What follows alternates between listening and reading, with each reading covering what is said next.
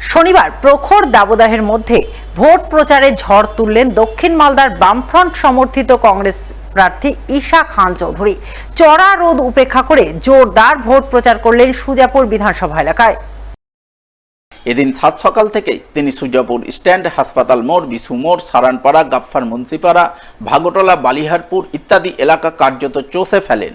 প্রতিটি এলাকাতেই তিনি গাড়িতে চেপে রোড শো করেন। কোথাও কোথাও আবার গাড়ি থেকে নেমে তিনি ভোটারদের কাছে এগিয়ে যান, তাদের সঙ্গে জনসংযোগ তৈরি করেন, ভোটারদের উষ্ণ অভিনন্দন শুভেচ্ছা গ্রহণ করেন। এক কথায় দক্ষিণ মালদার বাম সমর্থিত কংগ্রেস প্রার্থী ঈশা খান চৌধুরী এদিন সুজাপুর এলাকায় ভোট প্রচারে বেরিয়ে ব্যাপক সাড়া ফেলেন।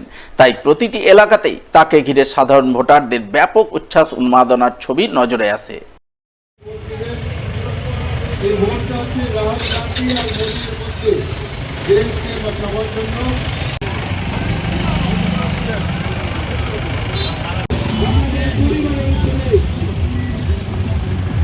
সরে যাও।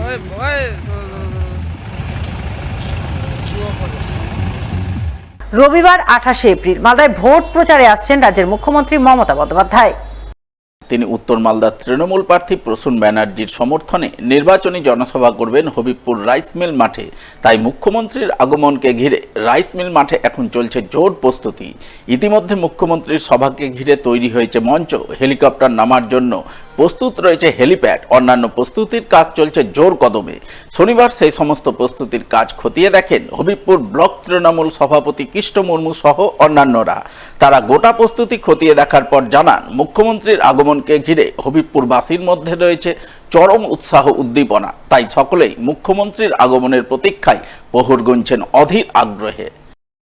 আমাদের সর্বভারতীয় নেত্রী শ্রীমতী মমতা ব্যানার্জি আগামীকালকে আমাদের হবিবপুর বিধানসভায় এই হবিবপুর রাইস মিল হাটে আসবেন জনসভা করতে।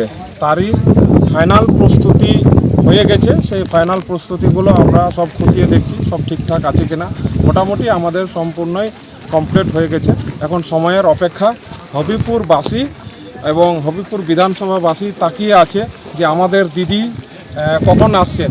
এখানে মানুষের ঢল নামবে এবং আগামী এই যে লোকসভা ভোটে এখান থেকেই বুঝিয়ে দিবে যে এই স্বৈরাচারী দল, এই বিজেপি দলটাকে কিভাবে এই দিল্লির মসনদ থেকে উৎখাত করা যায়। তারই এই দিদির সামনে থেকে একটা শপথ গ্রহণ করবে।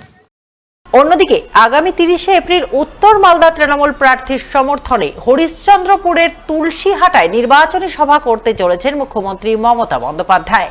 তাই মুখ্যমন্ত্রীর আগমনকে ঘিরে তুলসীহাটা উপন বাজার মাঠে চলছে জোরদার প্রস্তুতি। শনিবার সেই প্রস্তুতি খতিয়ে দেখেন জেলা পুলিশ সুপার প্রদীপ কুমার যাদব।